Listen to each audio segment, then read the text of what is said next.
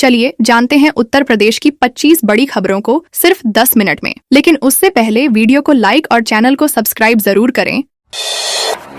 मेरठ में गन्ना विभाग के कर्मियों का प्रदर्शन। मेरठ के गन्ना भवन में भाकियू टिकैत के किसानों का अनिश्चितकालीन धरना सोमवार से जारी है। कई बार अधिकारियों से वार्ता विफल रही। किसानों के विरोध और अपशब्दों के चलते गन्ना विभाग के कर्मचारी काली पट्टी बांधकर और नारे लगाकर प्रदर्शन कर रहे हैं। दौराला गन्ना समिति के कर्मचारियों का कहना है कि उनके सचिव और उप गन्ना आयुक्त के लिए अपशब्द बोले गए। किसानों ने दफ्तर भी नहीं खुलने दिया। कर्मचारी अब इस तरह विरोध कर रहे हैं और अपने अधिकारियों का अपमान बर्दाश्त नहीं करेंगे। मामले में अभी तक कोई ठोस समाधान नहीं निकला। मेरठ स्क्रैप गोदाम में लगी आग। मेरठ के कंकरखेड़ा थाना क्षेत्र में राष्ट्रीय राजमार्ग पर स्थित स्क्रैप गोदाम में गुरुवार देर रात भीषण आग लगी। 8 घंटे बाद भी आग लगने का कारण स्पष्ट नहीं हो पाया। पुलिस और दमकल विभाग की टीमें जांच में जुटी हैं। प्रारंभिक अनुमान है कि आग से लगभग 50 लाख रुपए का नुकसान हुआ। गोदाम और वाहनों का बीमा पहले से कराया गया था। आग में आइसर कंटेनर, बोलेरो और छोटा हाथी समेत 3 वाहन प्रभावित हुए। जांच एजेंसियां यह पता लगा रही हैं कि आग दुर्घटना थी या किसी अन्य कारण से लगी। संभल में भाइयों के बीच जमीन को लेकर हुई मारपीट। संभल के गुन्नौर तहसील में 3 भाइयों के बीच जमीन विवाद को लेकर मारपीट हुई। घटना का 40 सेकंड का वीडियो सामने आया। पिता की मृत्यु के बाद 6 विस्बा जमीन बंट चुकी थी। राय सिंह, नवाब सिंह और धर्मेंद्र ने अपने हिस्से की जमीन विभिन्न लोगों को बेच दी थी। विवाद में तनाव फैल गया, जिसके बाद पुलिस ने 4 लोगों को शांतिभंग के आरोप में गिरफ्तार कर चालान किया। पुलिस ने स्थिति नियंत्रण में रखते हुए मामले की जांच शुरू कर दी है और यह देखने की कोशिश कर रही है कि आगे विवाद बढ़े बिना समाधान निकाला जा सके। किसानों ने NH 124D का निर्माण रोका। गाजीपुर के तालगांव मोलनापुर में किसानों ने राष्ट्रीय राजमार्ग 124D के निर्माण कार्य को रोक दिया। उनका आरोप है कि विभाग ने बिना नोटिस या मुआवजे के उनकी जमीन पर मिट्टी डाली। करीब 28 किसानों की जमीन प्रभावित हो रही है। निर्माण शुरू होते ही किसान मौके पर पहुंचे और प्रदर्शन कर कार्य ठप कर दिया। विभाग ने न तो सहमति ली और न पूर्व सूचना दी। कुछ समय के लिए तनाव बढ़ जाया गया। किसानों का कहना है कि उनका अधिकार अनदेखा नहीं किया जा सकता और वे न्याय पाने तक विरोध जारी रखेंगे। धौलाना में पुल पर लटककर युवक की स्टंटबाजी। पिलखुआ कोतवाली क्षेत्र में DFC पुल पर एक युवक ने स्टंटबाजी की। वह पुल से लटककर तेज रफ्तार वाहनों के बीच खतरनाक स्टंट करता दिखा। वीडियो सोशल मीडिया पर तेजी से वायरल हो रहा है। प्रत्यक्षदर्शियों का कहना है कि हाईवे पर सामान्य यातायात चल रहा था और युवक की इस हरकत से खुद की जान और अन्य वाहन चालकों की सुरक्षा गंभीर रूप से प्रभावित हुई। घटना से बड़ा हादसा टल गया। पुलिस ने इसे गंभीर सुरक्षा उल्लंघन माना और युवक की पहचान कर आगे की कार्रवाई शुरू की। बरेली दंगे के आरोपी को जिला अस्पताल लेकर पहुंची पुलिस। बरेली दंगे के आरोपी और IMC नेता नदीम को कड़ी सुरक्षा के बीच जिला अस्पताल लाया गया। उसे 4 घंटे की पुलिस कस्टडी रिमांड मिली। रास्तों को अस्थायी रूप से बंद कर दिया गया। मामला लियाकत नामक व्यक्ति द्वारा दर्ज कराया गया था। नदीम ने लियाकत के सिग्नेचर वाले लेटर को वायरल किया था, जिसमें लोगों को इस्लामिया ग्राउंड आने के लिए कहा गया। पुलिस ने अस्पताल से लौटते समय लेटर भी बरामद किया। पूरे इलाके में सुरक्षा के कड़े इंतजाम किए गए और प्रशासन ने स्थिति पूरी तरह नियंत्रण में रखी। लखनऊ नगर निगम में धरने पर बैठे सैकड़ों व्यापारी। लखनऊ में नगर निगम द्वारा ट्रेड लाइसेंस शुल्क बढ़ाने के विरोध में सैकड़ों व्यापारी मुख्यालय के सामने धरने पर बैठ गए। व्यापारियों का कहना है कि पहले आश्वासन देने के बावजूद शुल्क बढ़ाया जा रहा है। लखनऊ व्यापार मंडल के अध्यक्ष अमरनाथ मिश्रा ने कहा कि आंदोलन जारी रहेगा। व्यापारी पहले ही तमाम टैक्स दे रहे हैं और उन्हें कोई सुविधा नहीं मिल रही। शुल्क बढ़ाने के फैसले के विरोध में व्यापारियों ने जोरदार प्रदर्शन किया। उनका कहना है कि अब वे बिना हल निकाले पीछे नहीं हटेंगे। लखनऊ एयरपोर्ट पर भाजपा प्रदेश अध्यक्ष पंकज चौधरी का स्वागत। उत्तर प्रदेश भाजपा के प्रदेश अध्यक्ष पंकज चौधरी के आगमन पर एयरपोर्ट पर कार्यकर्ताओं ने जोरदार स्वागत किया। ढोल नगाड़ों और फूलमालाओं के साथ उनका अभिनंदन हुआ। स्वागत कार्यक्रम में भाजपा के वरिष्ठ नेता और महामंत्री भी मौजूद थे। पंकज चौधरी आज संगठनात्मक बैठकों और आगामी राजनीतिक कार्यक्रमों की तैयारियों पर चर्चा करेंगे। एयरपोर्ट पर उत्साहपूर्ण माहौल नजर आया और कार्यकर्ताओं ने संगठन के प्रति अपनी एकजुटता दिखाई।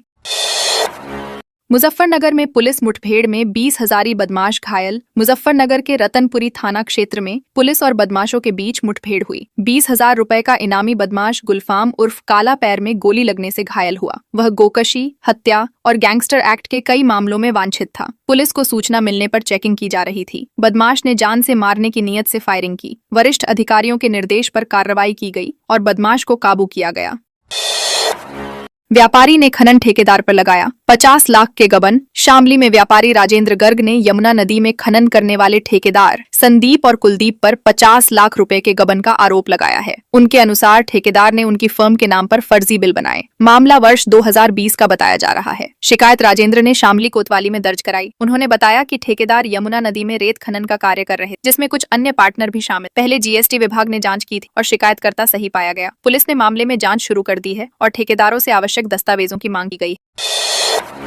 उन्नाव में तेज रफ्तार ट्रक ने ई रिक्शा को रौंदा। उन्नाव के लखनऊ कानपुर हाईवे पर दोपहर तेज रफ्तार कंटेनर ट्रक ने ई रिक्शा चालक को रौंद दिया। ई रिक्शा पलट गया और चालक ट्रक के पहियों के नीचे आ गया, जिससे मौके पर ही उसकी मौत हो गई। घटना अजगैन थाना क्षेत्र के चमरौली मोड़ पर हुई। पूरी घटना पास के सीसीटीवी में कैद हो गई। प्रत्यक्षदर्शियों ने बताया कि ट्रक लखनऊ की ओर से तेज रफ्तार में आ रहा था और अचानक ई रिक्शा को टक्कर मार दी। ट्रक चालक वाहन पर नियंत्रण नहीं रख सका। पुलिस ने शव को कब्जे में लेकर मामला दर्ज कर जांच शुरू कर दी है।